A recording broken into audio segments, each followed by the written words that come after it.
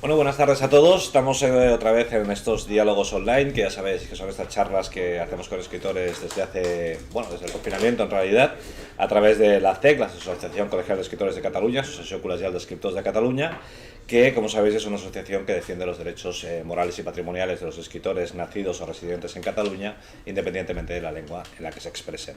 El acto está organizado por nosotros, por la ACEC, pero está patrocinado por Cedro. Y hoy tenemos el honor de tener como invitado a Enrique Vilamatas. ¿Qué tal, Enrique? Muy bien.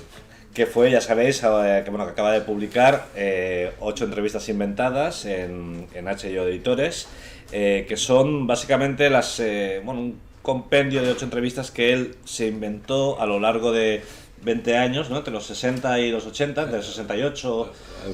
A partir del 68 hasta el 70. Hasta el 70, Sí. vale. Pues son una serie de entrevistas que él publicó con personajes que debería haber entrevistado en realidad, pero que acabó por diversos motivos o inventándose la entrevista, o no entrevistándolos, o lo que fuera, pero publicándolos, como Marlon Brando, Rudolf Nureyev, Patricia Highsmith, Anthony Burgess y otros. Estas entrevistas fueron publicadas en revistas como Fotogramas de Cine o Diagonal, o en el propio periódico La Vanguardia, y en ellas vamos viendo también la evolución del autor. En eso, cuando tenía 20 años, empezó. Vamos viendo la evolución del autor y también la evolución de su propia firma, porque vamos viendo que va firmando con diferentes alteraciones de su nombre real, de Enrique Vilamatas. Firma como Vila, Enrique Vilamatas, y bueno, ahora hablaremos un poco de esto. Y el libro se cierra también con un relato titulado Recuerdos inventados, que, bueno, según dice la editorial, es una bisagra entre estas entrevistas y la posterior narrativa puramente vilamatiana. Yo, para empezar, vamos casi primero a explicar de dónde sale todo esto. De qué ocurre cuando tienes 20 años y un día vienen en Fotogramas y te piden que, por favor, traduzcas una entrevista que han comprado ellos. Sí, yo acompañé a una amiga de la Escuela de Periodismo de Barcelona, yo estudiaba para periodista, para pedir trabajo para ella, para la revista Gargo, que era la que llevaba la madre de Elisenda Nadal, que era la directora de Fotogramas. Bien. Eran 2 revistas de Barcelona situadas en la calle Tallers, y la acompañé simplemente para pedir trabajo para ella. Pero Elisenda Nadal se quedó también conmigo, me vio por ahí, y por una casualidad total, para que luego no hablen mal del azar, en unas galerías comerciales de Playa de Aro, las únicas que había en aquella época, me crucé en una esquina, directamente tropecé con Elisenda, Sí. y ella buscaba a alguien que sustituyera en verano a una redactora, que era Olga Spiegel, y al verme a mí, pues me dijo, si quieres, el lunes entras ahí. Y para mí fue como el tropezazo que cambió mi vida, supongo, porque Claro. no sé lo que habría sido de mí, pero Bueno, antes aspiraba no. a escribir, pero ¿No ibas para cine antes, si no me equivoco? no, siempre he querido ir para la literatura. Vale. He escrito a los 5 años 2 cuentos que conservo, que conservaba mi familia y los tengo ahora yo. Sí. He escrito a los 15 años La llamada de Dios, a los 14 una novela policíaca que se llamaba Sus 2 tíos, Sí. y cambié de la policíaca a La llamada de Dios, que tiene un título más pomposo. En un año cambié un poco de ideología. De crímenes a Dios, digamos. Sí, de crímenes a Dios. A los 16 ya me perdí por ahí, y a los 20 es cuando entro en Fotogramas. Vale. A los pocos días de estar allí me dice Elisenda que han contratado por mucho dinero, pues, porque Marlon Brando no daba con entrevistas, por lo tanto daba una cada 5 años. Y todo el mundo compraba esa Yo entrevista. compraba esta y me dijo, tradúcela del inglés y la publicamos. Entonces pensé, acabo de entrar aquí, si yo digo que no sé inglés es el primer día inconveniente que tengo, entre otros muchos. No sé si era muy consciente de mis inconvenientes, pero intuía sí. De modo que decidí pues inventarla toda. Porque claro, lo normal hubiera sido, ¿sabes? Que mientras lo leía estaba pensando, lo normal hubiera sido buscar a un amigo que supiera inglés y pedirle que te la tradujera. No, porque estaba en la redacción. Y tenías que traducirla allí mismo. Sí, Bien. yo trabajaba en la redacción, estaba Vale. para todo. Esto explica que haya 4 firmas distintas. Claro. El debut fue con un artículo sobre Clint Eastwood, Sí, exacto. que habían comprado unas fotografías de Eastwood en la Sí. época que destaca inicialmente, y otra sobre Lolita de Nabokov, que alguien pensará que yo bordé el artículo sobre Lolita de Nabokov, y sí, pero sin tener ni idea ni de Lolita ni de Nabokov. Ni de Lolita tampoco. Ni de lo que era Lolita ni de Nabokov, ¿Y escribiste pero un de artículo? algún sitio me informé. Vale. Ahí tuve tiempo porque podía prepararlo en la casa de mi abuela, que era donde vivía en verano. Claro, pero por eso decía yo que la entrevista en realidad también puedes decir, bueno, mañana la acabo porque hoy no tengo tiempo y por la noche le pides a un amigo o algo, pero tú decides inventártela, que es tremendamente arriesgado. Como redactor, sí. No tenía la menor noción de que fuera arriesgado. Hombre, Sí. No, en ese momento era inocente por completo, sí. pero está Ricardo.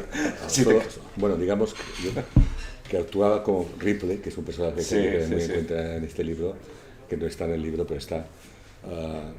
Si actuaba por necesidad, o sea, como Claro. Ripley mata por necesidad. No mata porque le guste, sino porque va a retirar a la policía ya, y entonces no tiene más remedio y dispara, ¿no? Pero luego reincides porque vuelves a entrevistar a Brandon de mentira, Ahí sí, eso es posterior. la que fuiste Bustillo. Bueno, pero 10 años después sí, Sí. digo, voy a publicar la entrevista como tendría que haberla traducido. Sin embargo, vuelvo a hacer el fake, pero en este caso ya muy consciente. Ahí sí.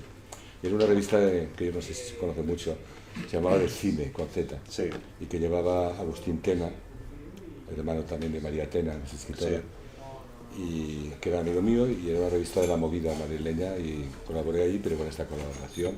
Y me propuse cada 10 años publicar la verdadera entrevista con Marlon Brando. No lo llevé a cabo, pero era realmente un acto muy ulipiano, yo diría. claro, claro. Sobre todo después de muerto, haber seguido publicándolas hubiera sido muy curioso.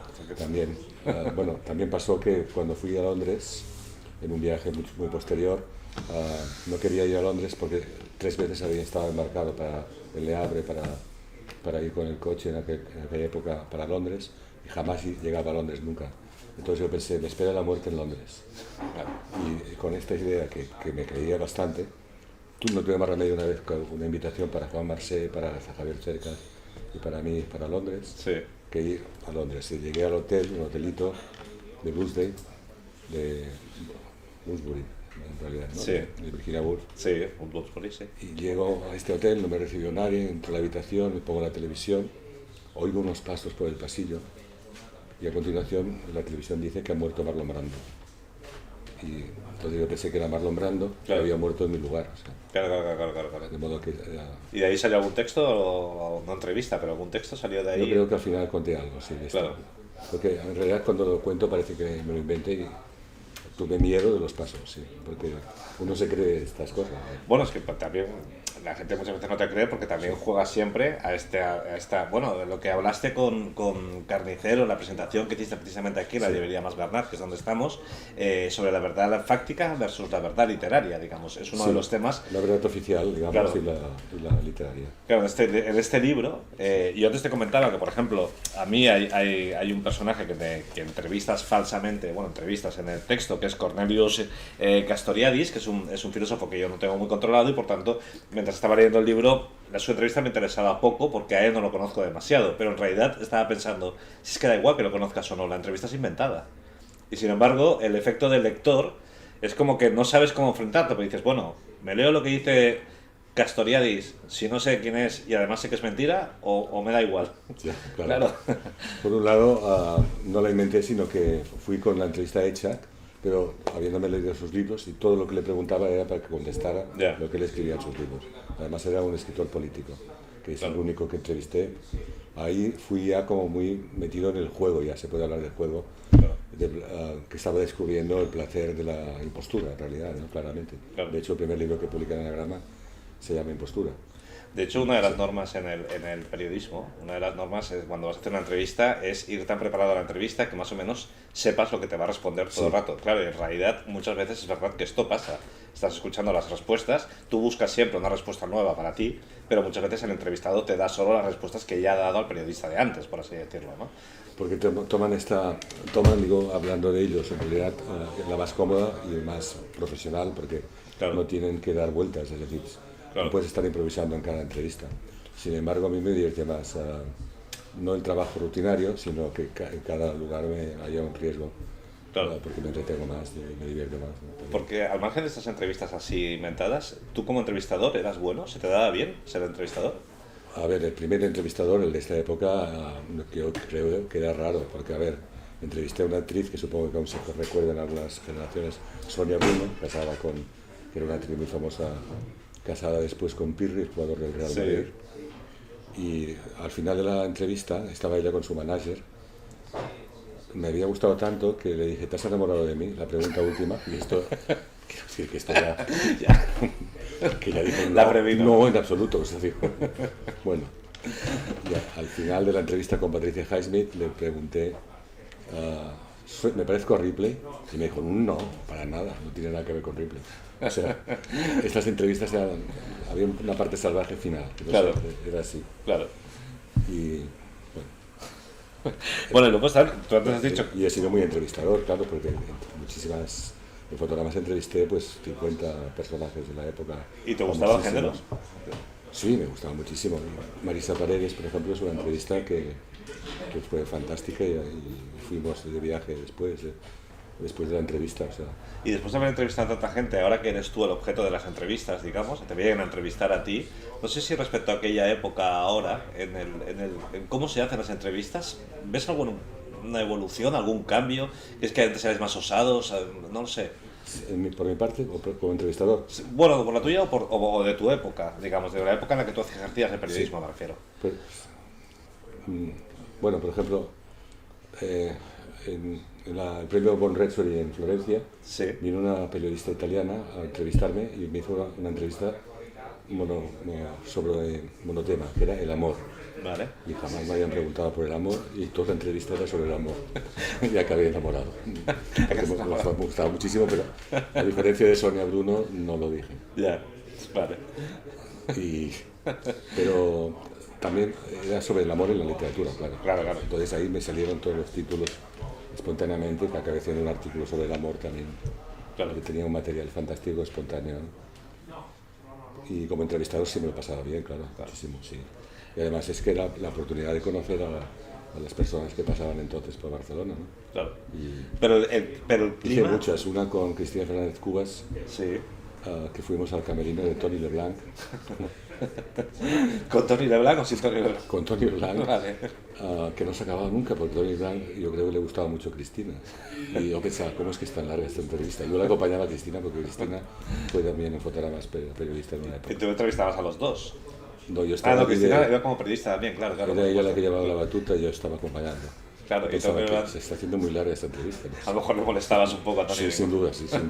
Tony Leblanc, que nació en el Museo del Prado, ¿no? Además, claro, ¿cómo? Que nació en el Museo del Prado, Tony Leblanc. Pero esto es pues no, nació porque su padre era el portero del Museo del Prado. Nació allí en la portería. No tenía ni idea. Es que no se sabe, pero es así, sí, él lo ha dicho. Vale.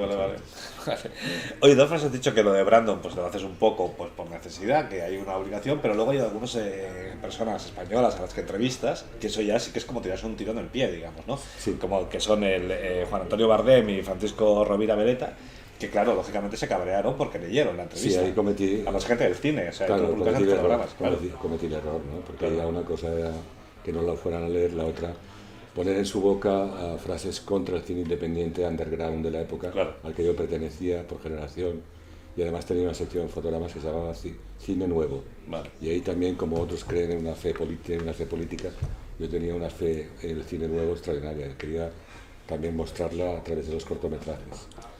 Hice los cortometrajes y trabajaba sobre el cine, sobre todo francés. Philippe Garrel, por ejemplo, que ahora ya es muy conocido, claro, pero trabajaba con Pierre Clementi y buscaba siempre el cine independiente en una época en la que el cine era mucho más independiente, todo el comercial incluido, que ahora, claro. Los digamos, comercialmente estaban más libres. Pero esa llamada que ellos llamaron cabreados como monas. Es lo lógico, claro. Y debería haberlo pensado, porque claro... Pero ¿cómo te repercutió a ti eso? Que llamaran, pues Elisenda Nadal se enfadaría, ¿no? Elisenda no, porque realmente fantástica es, vamos, una persona... Su padre sí, porque el padre era amigo y era... Claro. Había cedido a Elisenda la dirección de fotogramas, pero ellos conocían al padre y le decían, ha puesto en nuestra boca cosas que... ¿Y no te trajo consecuencias laboralmente? No, continué ahí. Vale. El único problema laboral que tuve es no darme cuenta que tenía que llegar antes que Elisenda al trabajo, por la tarde. ¿Por qué? El trabajo empezaba a las 4 y Elisenda llegaba sobre las 5. Vale. Yo llegué un día a las 5:30 tan tranquilo y Elisenda ahí sí que dijo, tienes que tener en cuenta que no puedes llegar después de mí. O sea, Se enfadó por eso, pero en la entrevista no se pasa enfadó nada. por esto, no mucho, pero creo que ya la relación estaba como muy... Yo creo que todo estaba permitido tampoco. Claro. No, hay que- Oye, Bueno, esta es una búsqueda de la libertad total claro. y que ojalá, ha permanecido bastante en mí, normalmente en lo que he escrito y en todo, ¿no? Antonio Burgess, de hecho, cuando le hiciste la entrevista diciéndole que, oye, que yo ya he hecho la entrevista antes de entrevistarle a usted, le pareció bien porque él ya había hecho eso también anteriormente, ¿no? Él lo había hecho, me dijo, bueno, primero me dijo, perfecto, porque la media hora que tenía contigo podemos dedicarla a un whisky. Claro. O sea, y dijo, no, porque tenía una prisa enorme por ir a La Vanguardia a simular que la escribía cuando ya estaba escrita. Muy bien. Y en el caso de Burgess, él me explicó que la había hecho ya en Ceilán, que era donde vivió un tiempo, una temporada. Él había entrevistado a gente también falsamente. Sí, falsamente y... Sí, y lo más, entendió muy bien, que además a mí esto me dio un relajamiento enorme. y otros autores, en la traducción he visto, el otro día vi un ejemplar de André Gide que tenía las entrevistas imaginarias, ¿no? Sí. Pero no sé Entonces, si, la verdad es que no conozco muy bien ese libro, no sé si... No, esta es muy literario seguro, no lo he leído. Vale. Pero por el título ya se imagina uno que entrevista a Napoleón a lo mejor. Ya, vale. Es muy literario y muy cargante, porque ahí sí que sabes que es literatura, pero Claro. podría hacer otra cosa en realidad de inventarse Claro, a Napoleón. ¿Y hay más tradición de este tipo de entrevistas, o que tú sepas? La tradición viene de los años 30, no, de entrevistas no, pero sí primero de Orson Welles, Sí, con la famosa en la radio que dice que han invadido la Sí, Tierra sí. los marcianos, Claro. que es el fake por excelencia. Sí. Ese tío que se lo cree todo Estados Unidos. Sí. Cosa que, tal como estamos, yo creo que volvería a pasar, porque los norteamericanos, no en general, pero Están más o menos en el mismo se sitio. creen las tonterías más grandes. Yo creo que es un inaugural, que además Orson Welles hizo la película Fake en los años 70, Vale. sobre el mismo tema, claro, Claro. sobre el tema del fraude, en este caso de los pintores que copian Modigliani y lo venden en el mercado como Modigliani. ¿no? Vale. Y otra sería Borges, en el aspecto literario, que no inventaba entrevistas, pero sí inventaba libros y hacía la reseña del libro. Sí, es verdad. Yo creo que es un innovador en esto, supongo que siempre hay un antecedente, pero en su caso es clarísimo porque hay cuentos que se inventa un libro y lo presenta en un suplemento cultural, pues la reseña de un libro que no existe. Esto es borgiano. Si mañana... Pero todo esto yo no lo tenía en cuenta, ¿no? O sea, ni a Borges, Bueno, claro. ni a Borges le conocía. Además con 20 años, claro. Sí, no, ni idea. Claro. Si alguien me publicara una entrevista en un medio serio inventada contigo, ¿cuál sería tu reacción? Me molestaría, sí. Sí, ¿no? No, salvo que sea un genio o alguien muy inteligente que me hiciera quedar bien, pero por ejemplo, La Vanguardia ha inventado la entrevista. Publicó el sábado pasado, se les ocurrió inventar una entrevista conmigo, en la que decía más o menos lo que dije en la presentación en esta librería. Bueno, es que es lógico. Hay que Pero claro, había un detalle que decía que en el carajillo, en el café me ponía una parte de whisky. Ah. Y me llamó mucha gente diciendo, ¿has vuelto a beber? Claro. Y ya se veía que era falsa. ¿Se veía que era falsa o...? Lo que ocurre es que contaba las cosas más o menos aproximadas que había dicho. Vale. Oye, hay un momento en el que Nureyev, con quien por cierto no puedes entrevistarlo porque la noche anterior habíais tenido tu grupo de amigos y su grupo de gente una pelea, si no me equivoco. Ha pasado tanto tiempo que yo no Claro. recuerdo. El origen sí, alguien del grupo de Nureyev molestaba a uno de mis amigos. Pero esto parece WhatsApp de historia, Sí, ¿no? íbamos como por grupo y hubo un momento que hubo empujones, Sí. deja en paz a mi amigo, etc. Pero con esos rusos... Y bueno, y hubo una ofetada y todo, pero claro, tengo de verdad un vago recuerdo. Lo que Vale. sé perfectamente es que la mañana siguiente tenía que llamar al timbre de la habitación de Nureyev para la entrevista para fotogramas y pensé, como entré ahora en la habitación y me vea, ha pasado muy pocas horas desde la pelea, ¿no? Claro. Por lo tanto, Claro. me va a dar una hostia tremenda, ¿no? Y me la invento. Me la invento porque, claro, tenía el precedente de Marlon Brando. Claro. O sea, ya estaba en el asunto de la necesidad. No pasa nada. Me ocurrió con Destino, la revista, que inventé la crítica de La piel quemada, Sí. porque tenía que ir a verla, porque era la película del momento, de Ford, no, de Rivas. Sí. Y había una cola enorme cada vez que iba al cine, de pereza y tal, y al final, ya el último día ya tenía que entregarla, de modo que decidí inventarla, pero la inventé además criticando a fondo la película. ¿Y dejándola bien o mal? Dejándola muy mal. Dejándola muy mal. Sí, podría haberla dejado bien y habría sido más prudente. ¿Por qué lo hice? Porque ya me había encontrado tantas veces que ya sabía que a mí me iba y confiabas, digamos, en la opinión de quienes te habían dicho... Sí, y por otra parte me parecía el tema muy aburrido para mí, como la descripción de la Semana Trágica, ¿no? Claro. También me había leído sobre la Semana Trágica, me parecía que tenía que ser no muy buena. Estaba mitificada por otras cosas, pero no por... ¿Qué te ha parecido reencontrarte contigo mismo? O sea, cuando las has leído, ¿qué sensación has tenido al leer las entrevistas? Bueno, me he reído mucho con la segunda de Marlon Brando, que sí. Está muy elaborada para la revista de cine, vale. donde ahí se nota que habían pasado los años, porque la hice 10 años después, ¿no? Y notas tu evolución. Ahí se ve una entrevista la leímos como presentación. Vale. Es un Marlon Brando que maltrata a la periodista Julie Gilmore hasta extremos indecibles, y al final ella, que va coja y detrás de él, acaba diciendo qué espanto, pero qué espanto de tío. Y hay quien ha dicho que al hacer terrenal a Marlon Brando también es buena cosa quitarle la aura de mito, ¿no? Porque con los actores pasaba y pasa esto, ¿no? Que son como personajes intocables y la gente se queda con el mito, y si se les ve como humanos igual les hace un favor y todo, ¿no? Porque la gente se acerca más a cómo son. Todo esto pasa cuando tenías 20 años, pero antes hablando has comentado que tienes 2 cuentos de cuando eras pequeño, una novela policíaca a los 14 y una religiosa, digamos, a los 15. Bueno, religiosa, sí, porque había leído Los Cipreses que creen en Dios. Sí. Y además, aunque no se sabe mucho esto, yo sí lo puedo recordar, fue adaptada teatralmente a televisión española. Vale. Y entonces tú lo viste... De modo que llegué a la novela, que exigí que me la compraran. Sí. A mis padres. ¿Exigiste? Bueno, era así un poco, quiero esto. Vale. Pero simplemente cambié a televisión, imagínate. Cuando había en televisión solo un canal y no había adaptaciones de novelas. Pero esta, como era una serie, además, vale. Estaba filmado en teatro, como en los estudios, quiero decir. Sí. Y me interesó mucho. Pasa en Girona, y ahí hay una vocación de un joven de mi edad. Es toda la descripción de la guerra civil en Girona. Vale. Y era una trilogía, ¿no? Y la leí entera, y llegué un poco a la literatura realmente también por Gironella.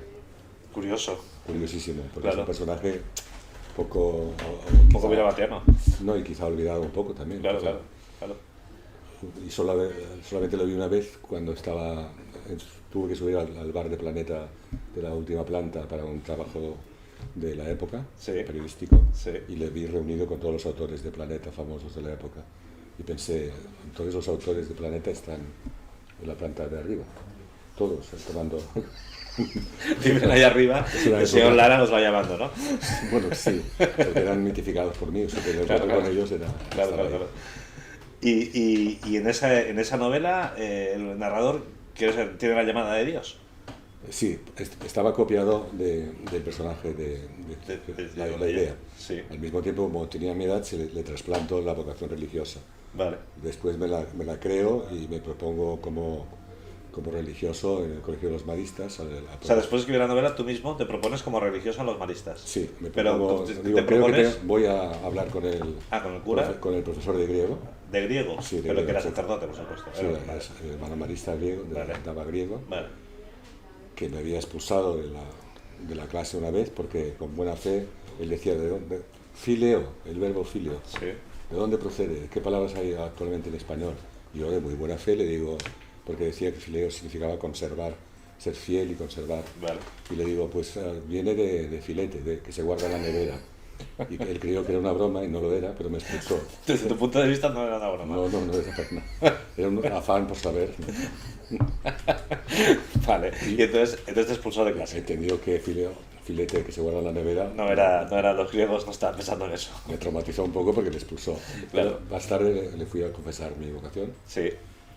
Y me dijo, tú para nada. Me dijo, olvídate. Y me dio esto, pero vamos que no te veo para nada. ¿Y su negativa hizo que perdieras realmente la vocación? O sea, bueno... Sí, enseguida. Me dijo... ¿Te creíste que si él dice que no, es que no? Sí, dijo... Tú para nada, no. Y entonces dije, qué alivio, por otra parte pensé.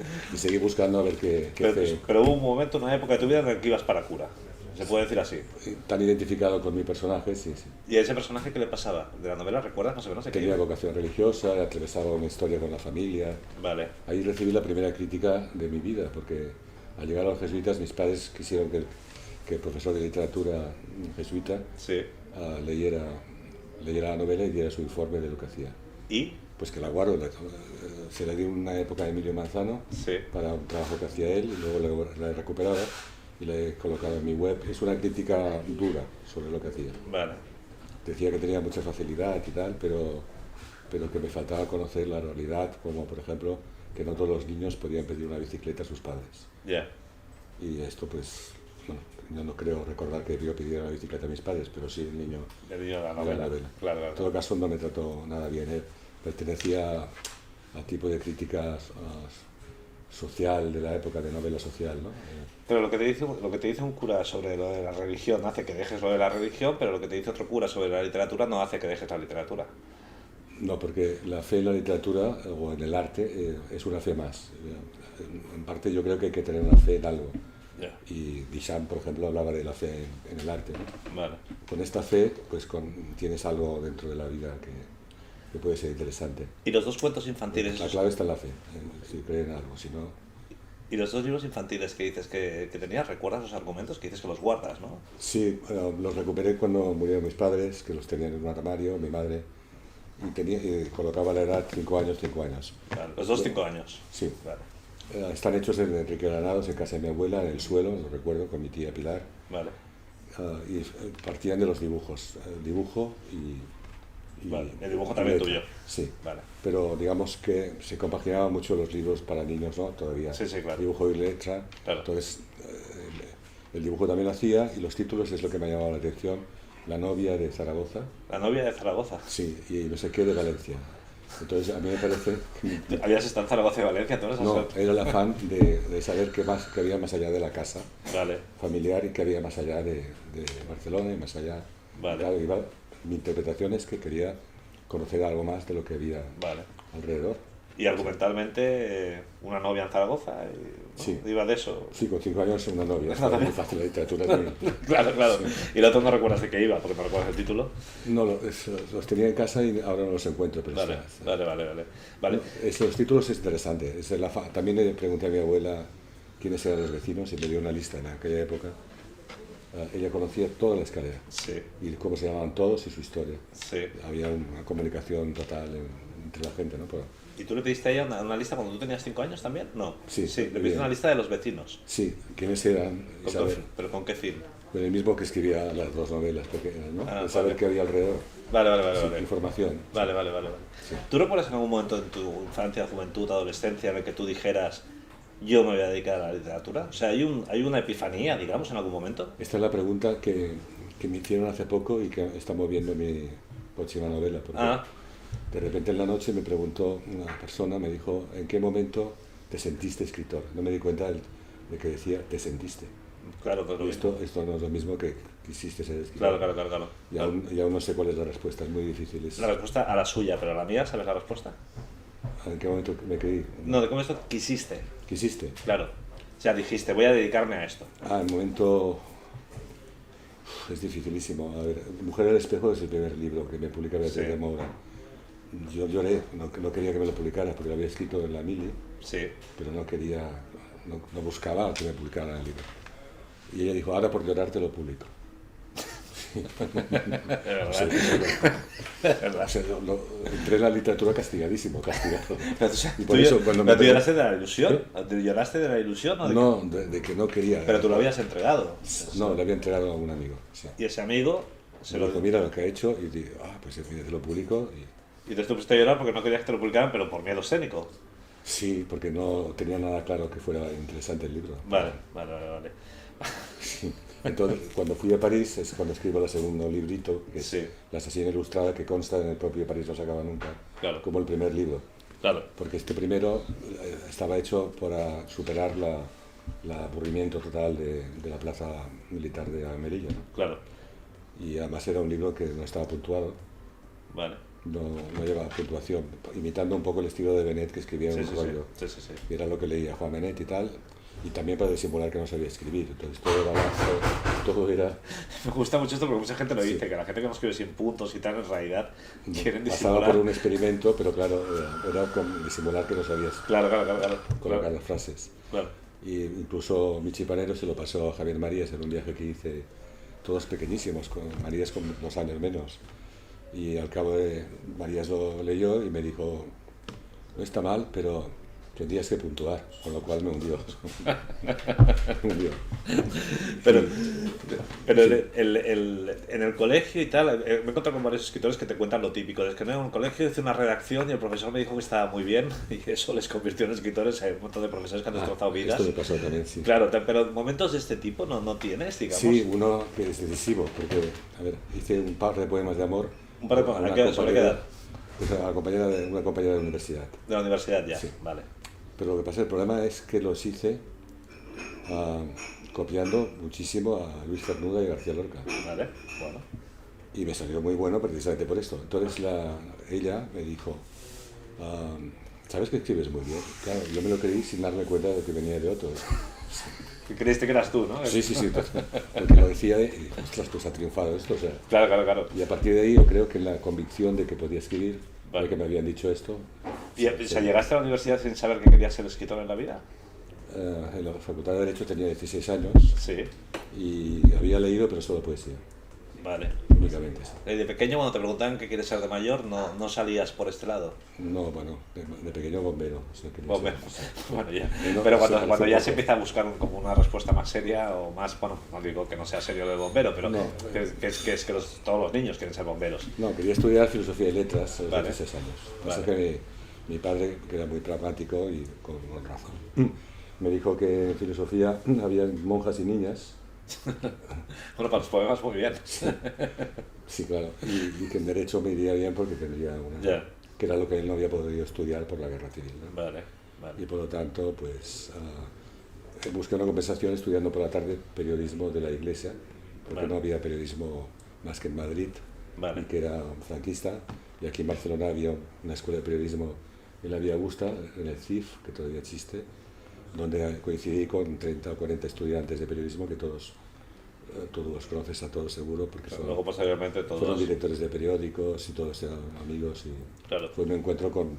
Entonces solo estudiaban 30 o 40 personas en Barcelona periodismo. Claro. No es lo mismo que la escuela Sí, sí, sí, claro, claro, que se claro. montó después ya con medios diferentes. ¿En tu casa era un hogar lector o Pues no, no? Nada de nada. No recuerdas, no es una casa con libros. O... no había. No. Vale. Y entonces... Circunstancias económicas Sí, y de posguerra y tal y cual, pero no. vale. Y entonces, no sé, o sea, como cosa epifánica no recuerdas ahora mismo nada más de cuando eras pequeño. La calle, hay un momento hay un relato que has publicado, bueno, en un libro en este libro, Sí. Una infancia de escritor, que Sí, es un sí. libro muy difícil de encontrar, Sí. que lo publicó la editorial Sórdica, muy bueno. Tiene Está textos- lleno de textos buenísimos de textos muy buenos. que debería republicarse. Debería reeditarse este libro, ahora se lo diremos a Eduardo, de hecho. Sí. pero Es que los autores mismos permanecen. Bernardo Achaga, sí, Chico están, la Salido, mayoría Antonio están Colinas, vivos y están por ahí. Sí, Miguel sí. Benzu, Clara Janés, Luis Landero, Javier Marías, Martínez de Pisón, Justo Navarro. Es que hay, Es que hay relatos muy y buenos hay relatos muy buenos. y además demuestra cómo ha cambiado. o sea, están incluso basados en la infancia, ¿no? Pero sí, pero demuestra cómo ha cambiado incluso la literatura, porque autores muy buenos ahora jóvenes Sí. no escriben así ya. Hay otra, o sea, es como un... Para los que tenemos mi edad, yo creo que es como un reencuentro con lo que leíamos cuando éramos jóvenes. Decimos, es que era así, digamos, la literatura.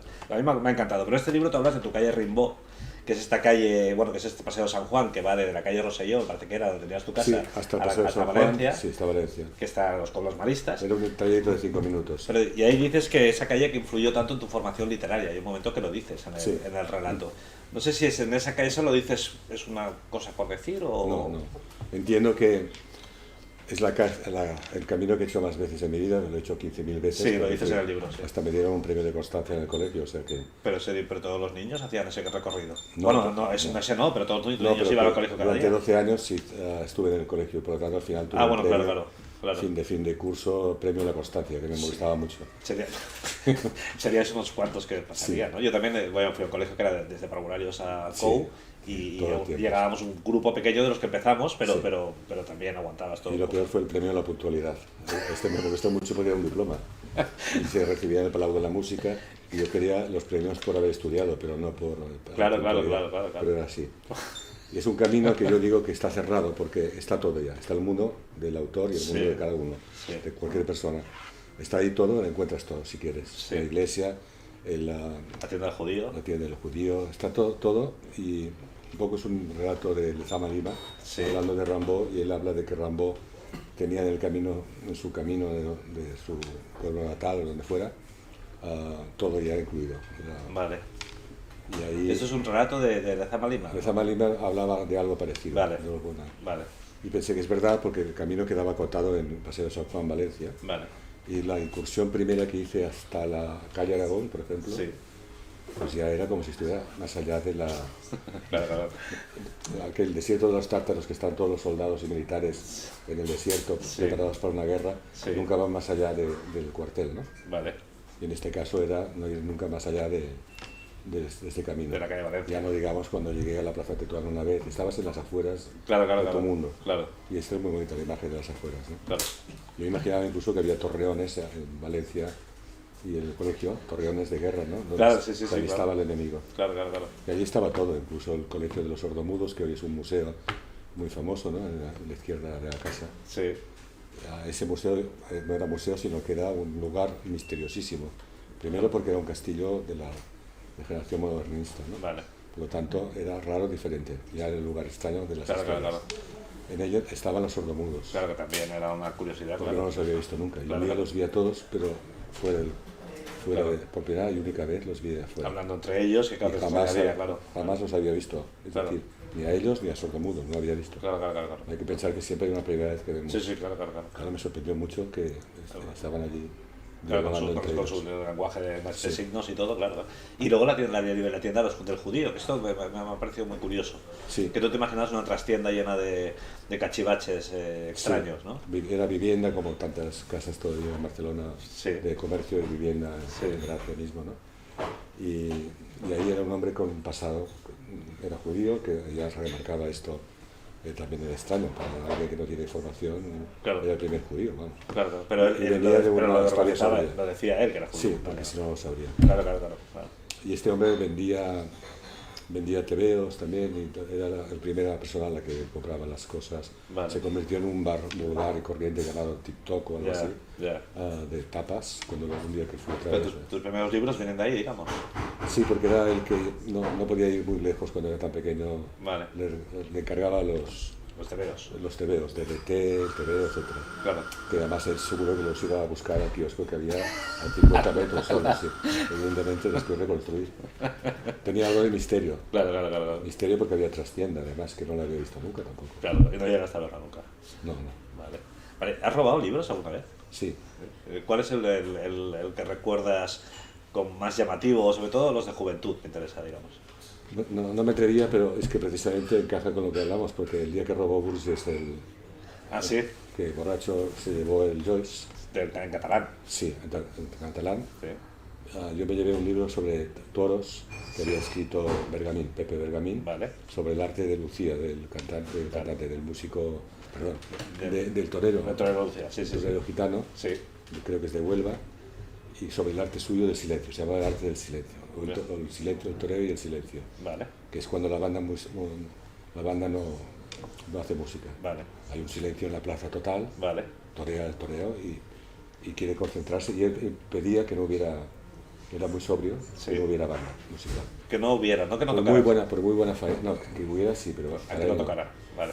Que si la faena era muy buena, era una concentración espiritual suya, vale. Pero lo otro sobraba, el aplauso, el griterío y el ole, todo, sobraba todo. Vale, te robaste Robé este libro que presté incluso a Monterroso y me lo devolvió, es un tesoro, este librito, pero me atreví porque vi que lo hacía Vargas, claro. Digo, ¿dónde era esto? ¿Qué librería era? ¿Te acuerdas? Pues es que existe todavía, no sé. Bueno, no creo que te lo reclames. No. Librería Laie. El Laie. Sí. Muy bien. Vale. Y más joven, porque esto sería con 21 años, 22 años, sería así. Sí, luego había una librería que estaba en un pasaje que todos íbamos a robar porque el hombre que la llevaba, en el fondo... ¿Pero todos?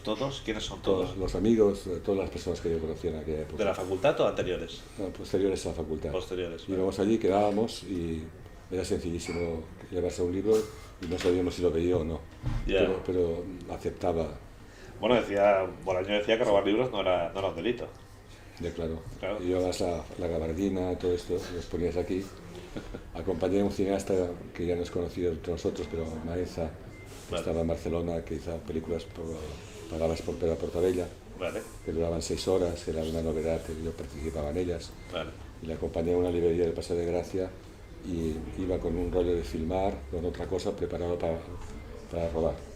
Él, la acompañé a robar a él. Pero en el rollo de filmar metió Metió dos y se los equivocó. libros dentro del rollo. Sí, pero se equivocó y en el lavabo hubo una explosión de los rollos de filmar, cayeron todos los libros y una vergüenza enorme. Y después ya no lo robaron. ¿No? A ver, había una librería, no sé si sabes, en París, que se decía, si vas a París, ve a la... No recuerdo ahora el De nombre. París, la ciudad, ¿eh? Sí. Ve a esta librería que era del mayo 68 y que estaba en contra de la propiedad privada. Ah, Y entonces todo el mundo iba allí me robaba. y robaba. Claro. Bueno, sí. Simulaba robar y simulaba y robaba. Claro, pero como estaba en contra de la propiedad privada, no hay problema. Sí. ¿no? En principio, porque después a veces Te el pillaron. hombre se cansaba de que entrara tanta gente a robar Claro, y claro. nos señalaba. No recuerdas el nombre de la librería, ¿no? Pues es una pena que no me acuerde, pero Bueno, te no lo te puedo preocupes. pasar si quieres. No te preocupes. Bueno, el libro de este de policíaco tenía algún argumento interesante, curioso. Sí, mucho. Bueno, mucho. Sí. Pasaba en el Congo belga, Ah, que ya no existe, claro. pero algo que ver con Conrad, no. Era una imitación de una novela policíaca en la cual había un tío, uno de mis tíos era bueno y el otro era muy malvado. De tus tíos. Sí, y como había dos A ver, tíos, que te caía uno bien y uno malo. sí, se entendió que había uno que era bueno y el otro malo, y hubo problemas. Y Además, una familia. Sí, y al final el tío que se consideraba el personaje positivo, Sí. lo fotografió incluso, hizo una edición que conservo, Sí. de 5 ejemplares que había fotografías sobre la acción. Fotografías porque no había fotocopias en la época, o sea, era como fotografías, no No, que entiendo. añadió imágenes. Ah, añadió y fue- imágenes, perdona. Vale. Y se Vale, conserva, familiarmente se ha conservado. vale, Sí. vale. Partía un poco de una película de John Huston, Claro. porque era la clásica llamada en la noche que le encargan al detective que busque algo. De cualquier modo, sí, con los cuentos de cuando eras niño, no lo cuento porque a todos los niños han escrito cuentos, pero con 14, 15 años haber escrito 2 novelas indica una vocación literaria previa a la universidad. Porque no Sí. escribe un niño de 14 años una novela si no es porque quiere escribir. Sí, la verdad es que no sé por qué fue, pero Vale. tenía este afán, sí. Vale. En parte porque fue la formación cultural que tenías en familia, en la casa, ni siquiera contabas con la televisión, no existía la televisión. ¿no? Claro. Había la radio, los libros. Claro. Y de hecho aprendí a no cometer faltas de ortografía a los 4 años. Es decir, muy veloz en cuanto al alfabeto. ¿Y eso? Pues porque solo había un mundo de escritos, de letras y de... ¿Pero los otros niños también aprendían muy rápido o no? No tanto, lo que pasa es que la familia lo mitificó y me lo he heredado esto como que... Como que yo sabía poner ya los puntos, aunque luego la primera novela fue sin puntos. Bueno, porque era revolucionario entonces. Claro. Pero al principio son cosas que se decían. Ya, Porque era el mayor de las familias. Vale. Tanto de parte de padre y de madre, era el primer nacido y tenía bula en parte, ¿no? Vale. Supongo. Todo lo que hacía se decía, oh, y tal, sí. Oye, pues te voy a dejar que te he robado mucho tiempo. Sí. Y pues nada, agradecerte tu presencia para charlar con nosotros sobre 8 entrevistas inventadas. El libro contiene también los recuerdos inventados. Ah, es verdad que esto sí. era un relato que ya pertenecía Que a esto- tu libro Un libro de anagrama del mismo título. Sí, del 92. Exacto. Un libro de bolsillo que se quedó obturado allí porque era una antología personal Vale. de unos cuantos libros, de unos cuantos cuentos. Vale. Y este lo leí es lo que Cristian Cruzat, que es el crítico que primero dijo esto, dijo en Cuadernos Hispanoamericanos, que era como la unión entre las dos etapas. La primera de mi obra hasta el 85, Vale. con la historia de la portátil, donde ya aparecen nombres propios, Claro. y la primera y la segunda etapa, como un enlace. Pero entonces, este Es un relato. texto que está muy conectado con... Es verdad porque sí, es sí, como el momento en que decido hacer lo mismo que había empezado haciendo, claro. sin darme cuenta, claro. Pero esta es una antología que está ahora mismo también descatalogada, porque rescatas un Catalogada cuento. porque sí, pertenece a un bolsillo, únicamente. O sea, otro libro que a lo mejor se puede rescatar también. Sí, Sí, ¿no? Bueno, pues tenemos un montón de libros que se pueden rescatar. No paran de salir. Pues oye, muchísimas gracias por Muy bien. por el tiempo dedicado y nada, nos vemos en otra ocasión. Muchas gracias. Nada.